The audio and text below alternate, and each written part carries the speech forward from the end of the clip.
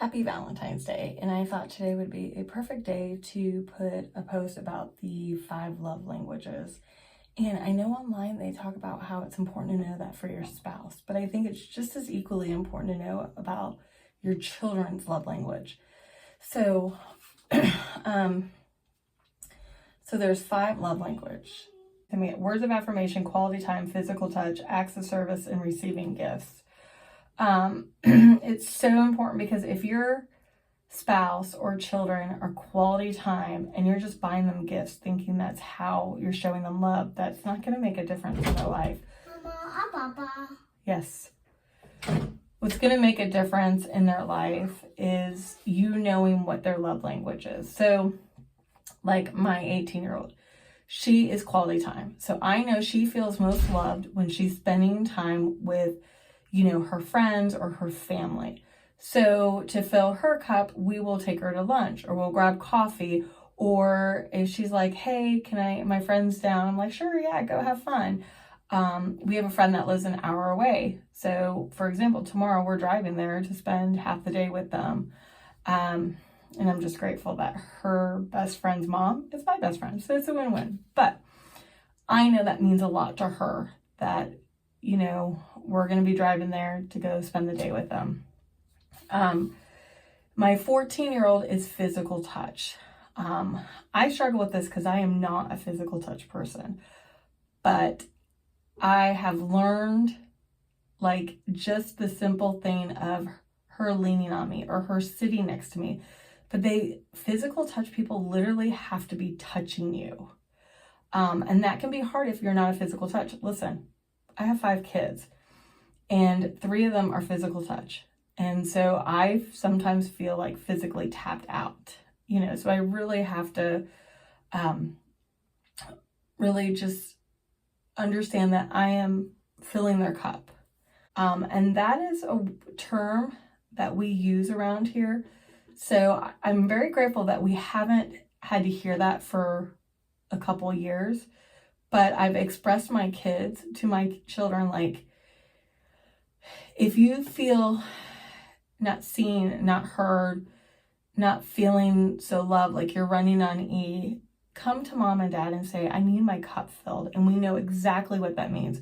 If it's something that we can stop at the moment, we will. And we know their love language. So if it's a physical touch child, we will go sit with them, give them a hug, spend some time with them. If we can't do it at that moment, then we'll say, tonight, you and I can watch any show you want and we will cuddle. And it works so beautifully, especially when you have multiple children. You want to make sure that you're filling their cups. We possess all 5 of them, but there are a strong 1, a strong 2, or it could be even a close 2, but knowing what their top love language is really helps to know how to love on them. Words of affirmation, that's me.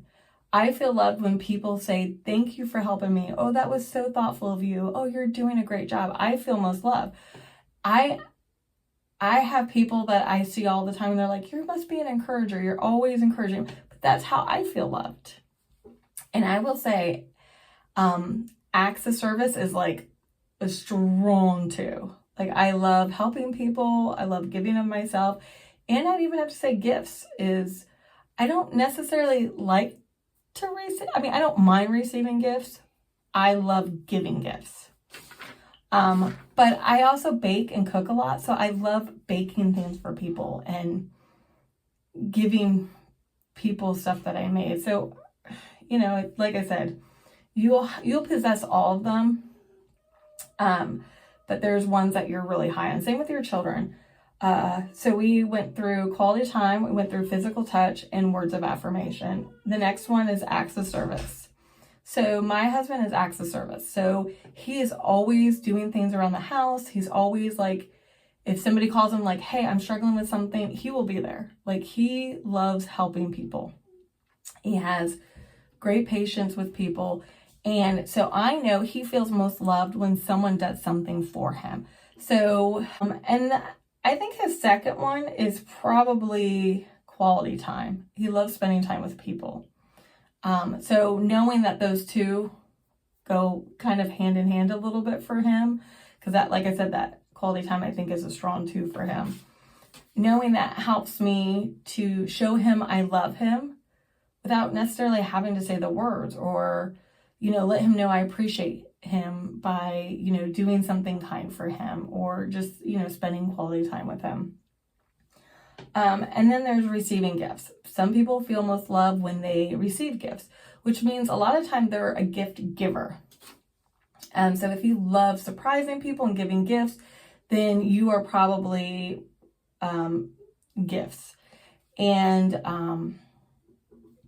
like I said, this is extremely important, because if you have a child who is quality time, but your gifts, and you're buying your kids all this stuff thinking, okay, they're going to love this, because I would, but your love language is not their love language. So you're thinking you're loving on them by giving them gifts because that's what you like. But in reality, if they're quality time, all they want is time with you. You don't have to be spending money. It could be going to the park, playing a game together, watching a movie together. Kids are very simple, and I think we overcomplicate things as parents. Like, we have to do these big things. I'm always like, let's go do this, let's go do that, let's go do that. And some of their best memories aren't going to theme parks or doing this vacation. Some of their best memories is we went to a furniture store one time. It was a huge furniture store, and they acted like it was like this, $100 million house. And like, oh, look at my furniture. And then we were just like, hey, let's go to dinner. And we went to dinner. And then we went to the mall, and they had these like stuffed animal ride thingies. And we did that for 15 minutes, and they were laughing and giggling. And they will still, till this day, will say that was one of the best days. Like, something just so simple. Like, we think they need this huge vacation or, all these big things, but they really don't. They're just so simple. And so sometimes just being like, hey, let's just go do this unexpectedly. Like, that's exciting for kids, And so I really would love to encourage you to there are some free online tests to take to see what your love language is. And you and your spouse can do that. And that will really help your relationship to know what each other love languages, and you'll know better how to fill that need. But I also think it's extremely important to know your children's love language and how to fill their cup.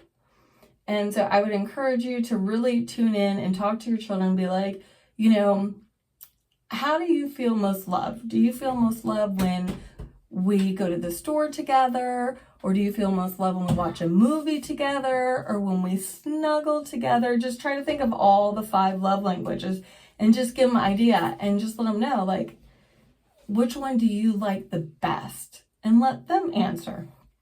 And just keep that in your mind, and just every day try to make sure you're filling their cup. It doesn't have to be hours worth. It could be 5 minutes here, 10 minutes here, just trying really hard. And it really is a wonderful thing. It really just helps grow your relationship with your spouse and your children and as a family. So I encourage you, find out what the 5 love languages, talk to your spouse and talk to your children, and get to loving on each other.